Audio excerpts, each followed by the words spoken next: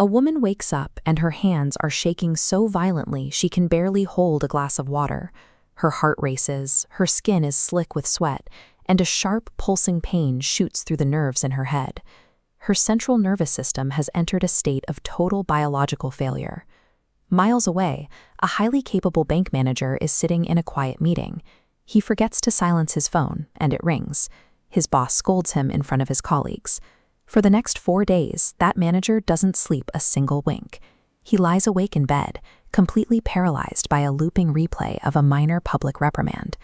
Why do otherwise intelligent, highly competent people experience total physiological meltdowns over past events they cannot possibly change? We suffer because the default operating system we use to manage our lives is broken. When we experience internal pain, we instinctively reach for the exact wrong set of tools. We are taught from childhood that effort and action solve problems. If you want a better job, you work harder. If a pipe bursts, you grab a wrench.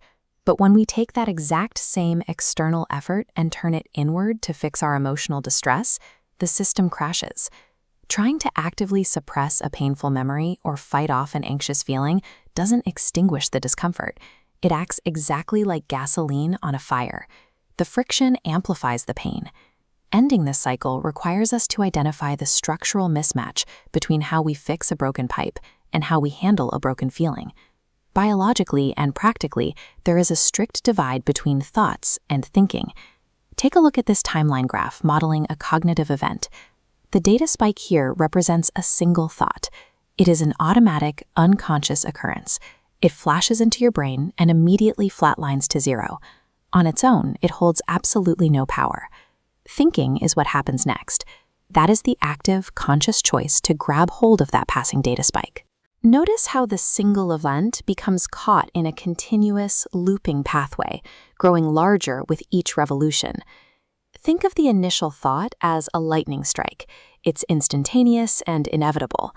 Thinking is the thunder. You are actively taking a brief flash and stretching it into a booming, sustained echo. When you consciously generate that thunder, you force your brain into a state of alarm. Your nervous system responds to the noise by dumping stress hormones like cortisol and adrenaline straight into your bloodstream. The woman's tremors were the outward manifestation of this chemical flood. By choosing to ride the thunder, she kept her body in a state of permanent alarm, eventually causing her motor functions to fire uncontrollably under the strain of the hormone dump. This biological reality perfectly mirrors an old spiritual lesson. A king was crumbling under the weight of his royal duties, his mind completely overrun by stress. A sage offered him a radical intervention. He ordered the king to mentally surrender ownership of the entire kingdom, and from that day forward, to rule only as a temporary representative. This created a powerful psychological buffer. Whenever a crisis arose, the king's first internal response was, "Now this is not mine."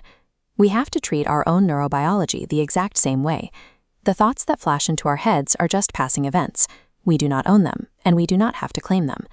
Separating his core identity from the passing turbulence neutralized the king's stress, and it is the exact same detachment that eventually cured the bank manager of his paralyzing insomnia. Once the housewife and the manager stopped claiming ownership of their automatic thoughts, their neurological loops broke. Without the constant adrenaline dumps, their physical ailments vanished. Their recovery came down to mastering one binary rule of human existence, the split between Agam, the internal world, and Puram, the external world. For Puram, the external world, the rule is friction. If someone betrays you in real life, you absolutely must apply effort, set rigid boundaries, and take decisive physical action. But for Agam, your internal world, you must apply the exact opposite rule. The concept is summa iru, remaining in absolute, radical stillness, requiring zero effort. True mastery means you aggressively fight for your reality on the outside while remaining completely passive inside your own mind. So here's your action step for today. When a negative memory or a spike of anxiety hits you, visualize it purely as a lightning strike. Let it strike, let it fade. Actively refuse to grab hold of it and generate the thunder. Make this your daily check-in. Today, I will apply effort to my real life, but I grant total, unbothered freedom to my mind. We are never going to have the power to stop life's lightning, but we always possess the absolute power to silence the thunder.